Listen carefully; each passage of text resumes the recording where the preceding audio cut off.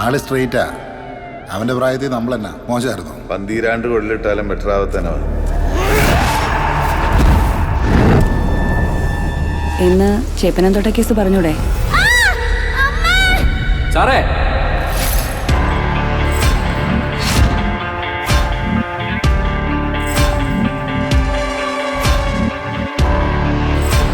എത്ര നാളായി സർവീസില്? Sir almost 1.5 വർഷം. അതിനിടയ്ക്ക് എത്ര ട്രാൻസ്ഫർ?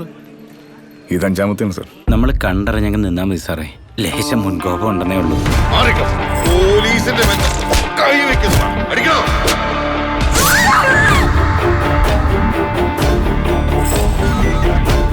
കൊലപാതകശ്രമമാട്ടോ സാറേ.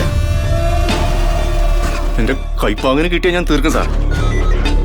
സാറേ, അവനെ കാർത്തിക് സാർ പറഞ്ഞു വിട്ടു. പഠിച്ച കള്ളന്മാരാ സാറേ. സർ ചോദിച്ചാൽ എനിക്ക് പറയേണ്ടി വരും. പറയരുത് സാർ, ആ കേസ് മാനിപ്പുലേറ്റഡ് ആണ്.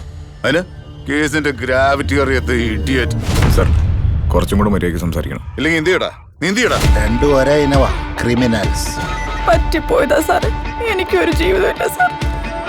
പോലീസിന് ഇനി ഒരു സ്റ്റെപ്പ് മുന്നോട്ട് പോകണമെങ്കിൽ ഇവിടുന്ന് ബ്ലഡ് ചെയിനോ ഫിംഗർ പ്രിന്റോ എന്തെങ്കിലും ഒന്ന് കിട്ടണം.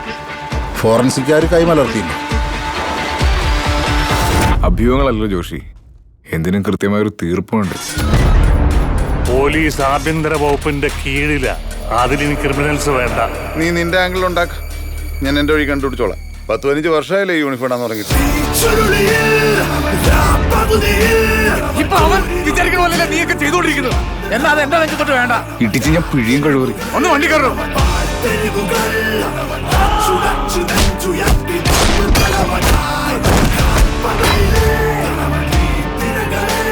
ഞാനാണ് ഈ സ്റ്റേഷനിൽ എത്തിച്ചോ.